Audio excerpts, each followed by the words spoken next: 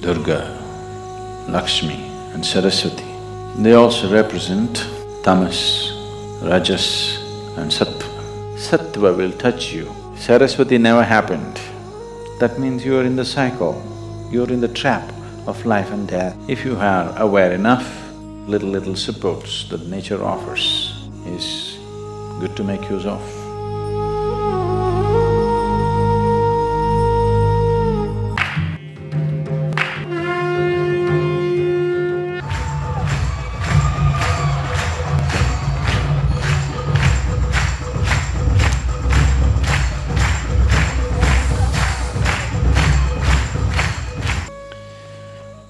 This is the first night of Navratri.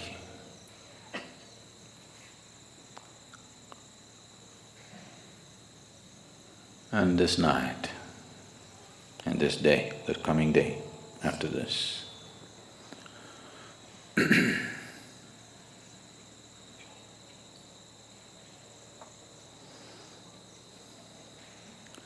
is dedicated to the feminine nature of the divine.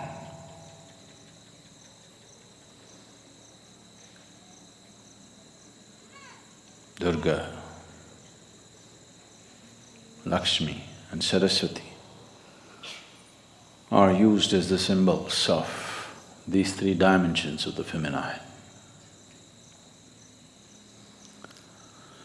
They also represent the three basic qualities of existence: tamas, rajas and sattva.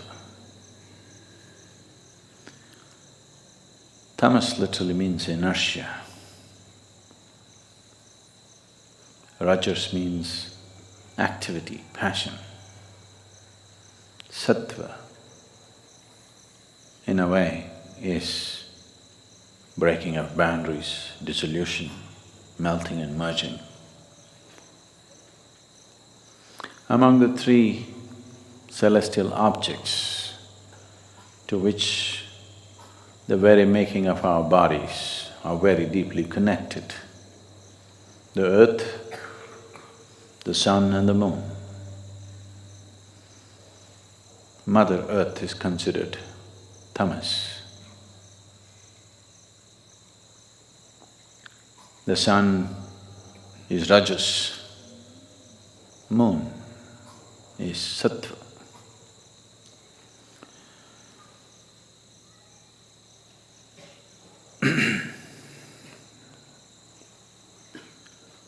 Those who aspire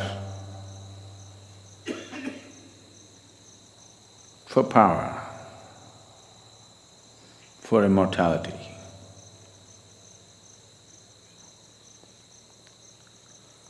for strength,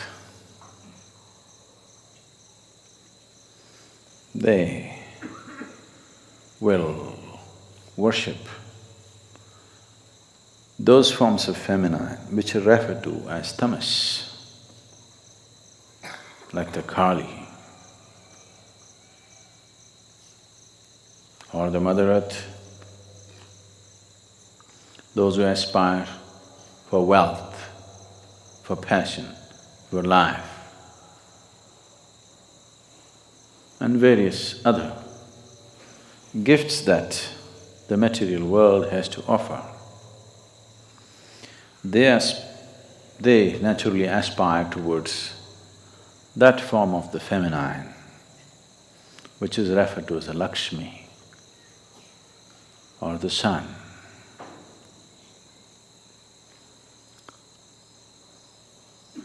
Those who aspire for knowledge, knowing, transcendence, immortality of not the body, but transcending the limitations of the mortal body, they will aspire for that aspect of the feminine which is referred to as the sattva, or Saraswati is the representative of that, or the moon. This is arranged in this way because it's after all from the earth that we arise. And we could live an active life which is Rajas, the second nature of the Devi.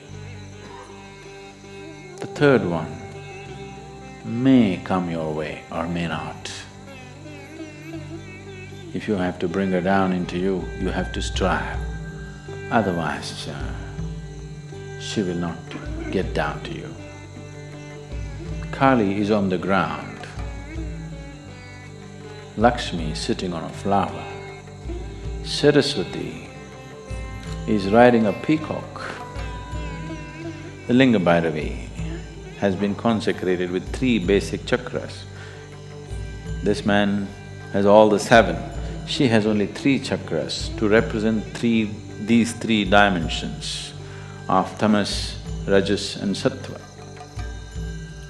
Tamas is the nature of the earth and she's the one who gives birth. The whole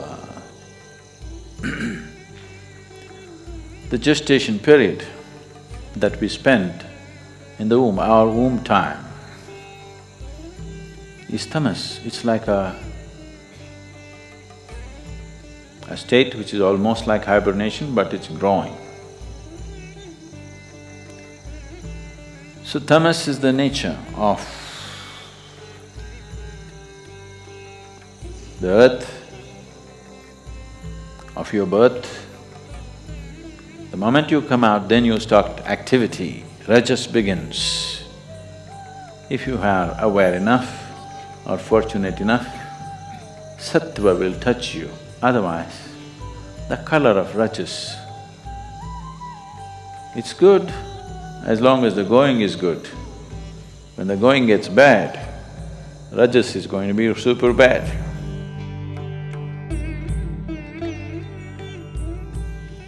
So what was absolute inertia now has become a dynamic rajas. This may transcend or may again go back to the same thing. Durga, Lakshmi, Saraswati never happened. That means you are in the cycle, you're in the trap of life and death, life and death, life and death. Transcendence is yet to come.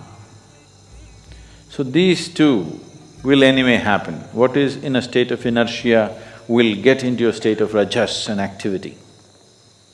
And again fall back and become inertia for a certain period of time and again get back into activity. This is happening to you as an individual, this is happening to the planet, this is happening to the galaxy, this is happening to the whole cosmos. It goes into a state of inertia and then becomes dynamic and again goes into a state of inertia. But the important thing is, this one has the capability to break the cycle and transcend.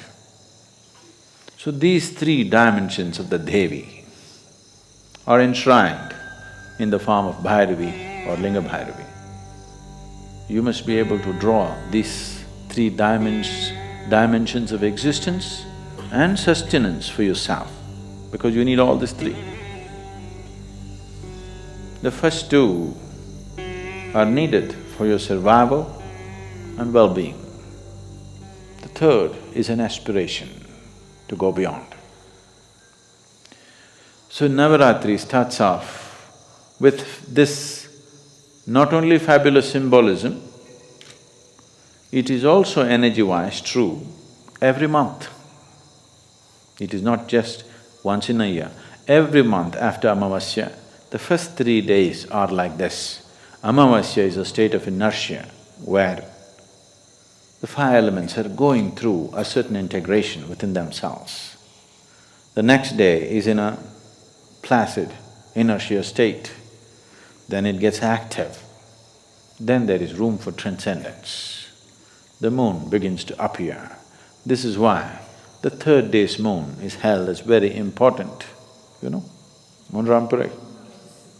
The 3rd day's moon is held as very important because the possibility of transcendence has opened up. What was in a state of inertia and then in a state of activity and entanglement, now has opened the possibility of transcendence. Every month it is happening. This particular month is a little more pronounced because this Amavasya was more pronounced than the rest of the Amavasyas during the year.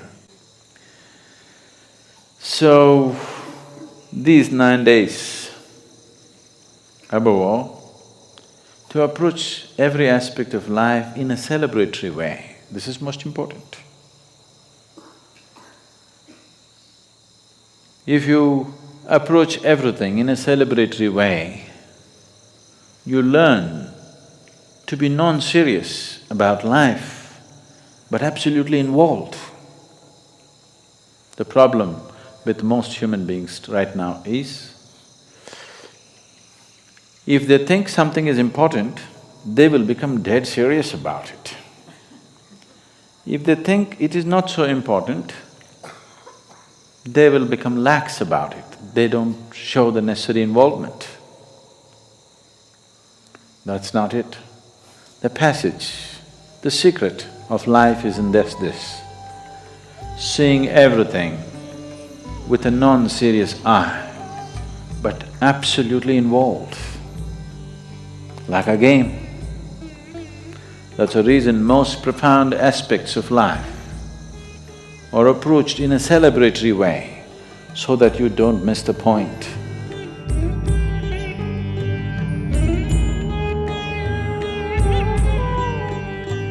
So, this Navratri,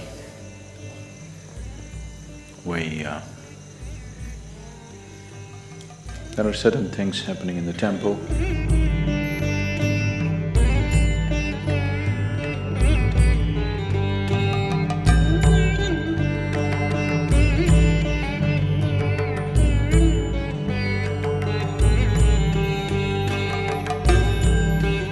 Making use of little supports that nature offers is good to make use of. Going on your own steam is not impossible. Not many people made it, that's all. So, make use of these 9 days.